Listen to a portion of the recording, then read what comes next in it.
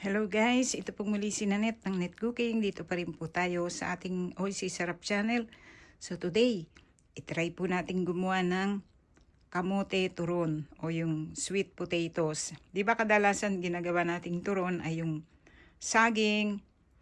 So today, itry po natin itong sweet potatoes or kamote. Yan, meron po tayong dalawang large na sweet potatoes o kamote. Ito po ay lalagyan natin itong jackfruits o langka. Ang gagamitin ko yung nasa can.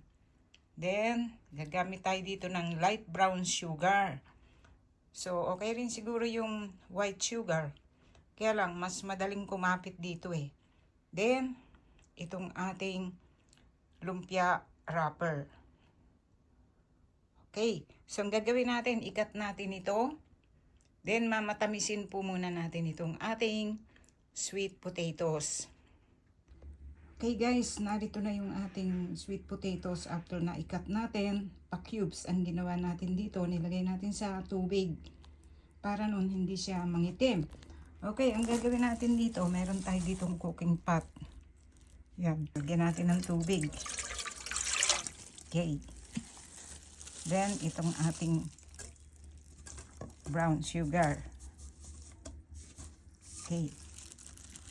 For about 2 cups ito, kung medyo matabang pa, mag-add tayo. Lutuin natin ito hanggang mag-thicken before nating ilagay yung itong sweet potatoes o kamote.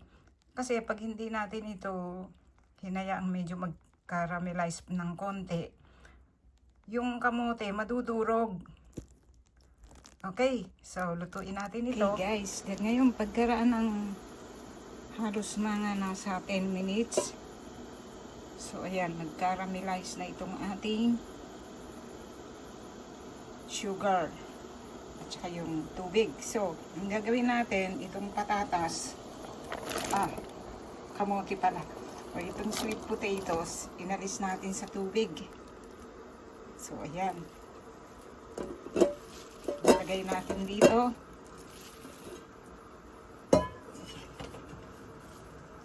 Okay.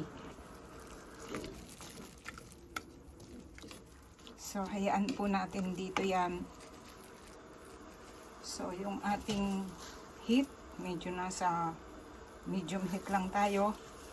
Then, dito guys, optional lang itong vanilla extract. 1 teaspoon. Kung meron kayong dahon ng pandan, mas okay yun. So, okay, hintayin po natin ito na maluto itong ating sweet potatoes. Ayun guys, pagkaraan ng halos nasa 30 minutes. So, narito na yung minamatamis nating sweet potatoes. So, okay na siya. So, tingnan nyo guys. So, hindi siya nadurog, diba? Kasi, yung sugar, na-caramelize muna natin. Then, kumapit siyang mabuti doon sa kamote o dun sa sweet potatoes. So, ang gagawin natin, i-turn off mo natin itong heat. So, hintayin po natin mag-cool down ito. Okay. Pag malamig na, i-wrap natin doon sa lumpia wrapper at ipa-fry po natin ito. Okay. So, balikan natin ito mamaya. Okay, then ngayon narito na yung ating sweet potatoes o yung ating minatamis na kamote. So actually meron din tayo ditong saba banana. So ang gagawin natin dito, gagawin din natin ito mamaya. Okay, so ang ginawa ko lang dito, nilagay ko sa strainer para ma-drain yung liquid. Ayan o. Then, so meron tayo dito itong ating langka sa lata. Ito, ginawa natin, naikat natin ng maliliit. So, narito yung ating lumpia wrapper. So, ang gagawin natin dito, maglalagay tayo dito for 1 tablespoon. Okay.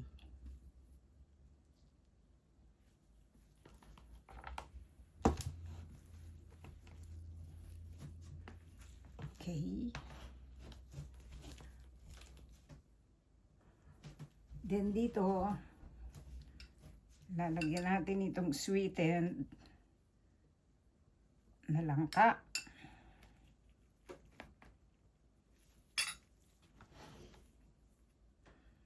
Then ayusin natin.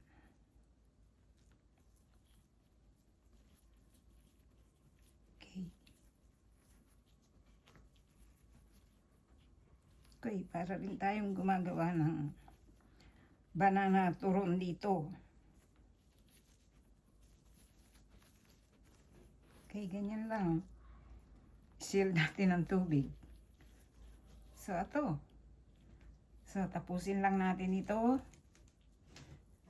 At pag natapos na, ipa-fry natin ito.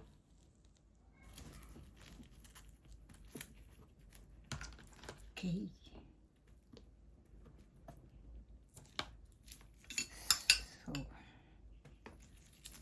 Okay guys, so itong langka, optional lang kung meron lang kayo. Kasi nagkataon meron ako, kaya nilagyan ko na rin. Okay. Irap lang natin mabuti para hindi siya mabuksan. Okay. So ayan, isa na lang. Okay, so ang gagawin natin, ipa-fry natin ito. Kung gusto nyo naman ng yung kamote nyo malambot, pwede nyo i-mash yan. Kaya lang ako, ganito mas okay ito eh.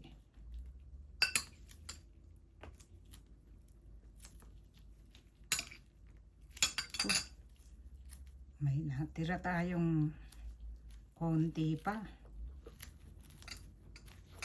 So, hindi bali. Pwede natin gamitin ito sa iba nating recipe. Okay.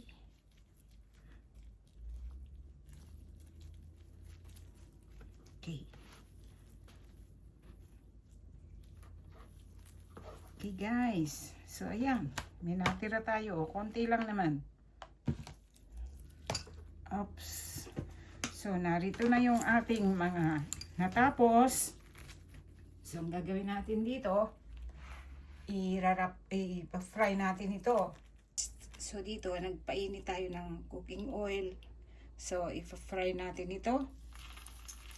Yan. Yung cooking oil, ay hindi siya masyadong marami. Kasi pag masyadong marami yung cooking oil, may tendency na bumukas itong ating lumpia wrapper. Kaya ganito lang. Oh. Okay.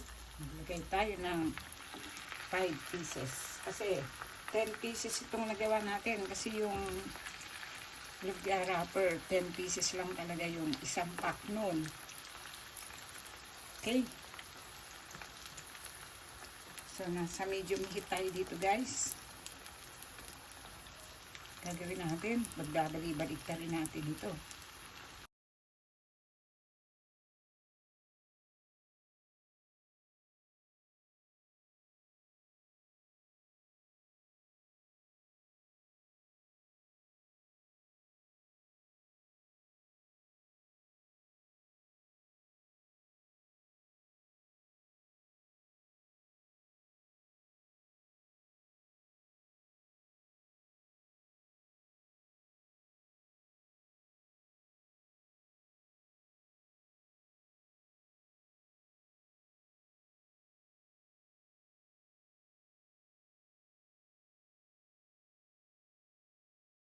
So, pwede na to guys. So, kumuliin natin. Ilagay natin dito para ma-drain yung oil. Okay. Yan. Diba? So, meron pa tayo ditong 5 pieces.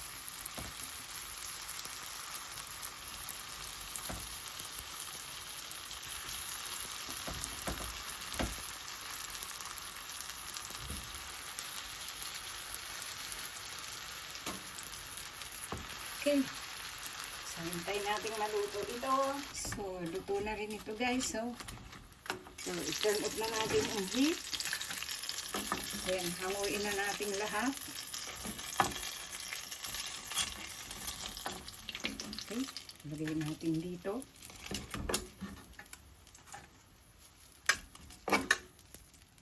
Narito yung ating nalutong lumpiang kamote o sweet potatoes.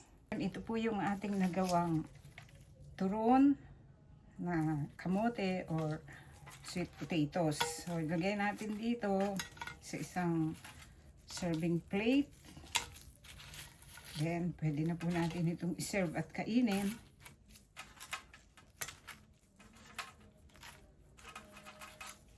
Okay.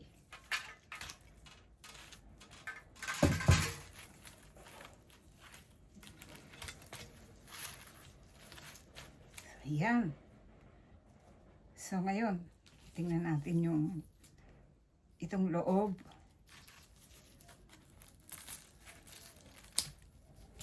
Wow, guys, oh. Diba? Sarap niyan. So, ilagay natin dito. Then, pwede po natin itong iserve at kainin with tea or coffee.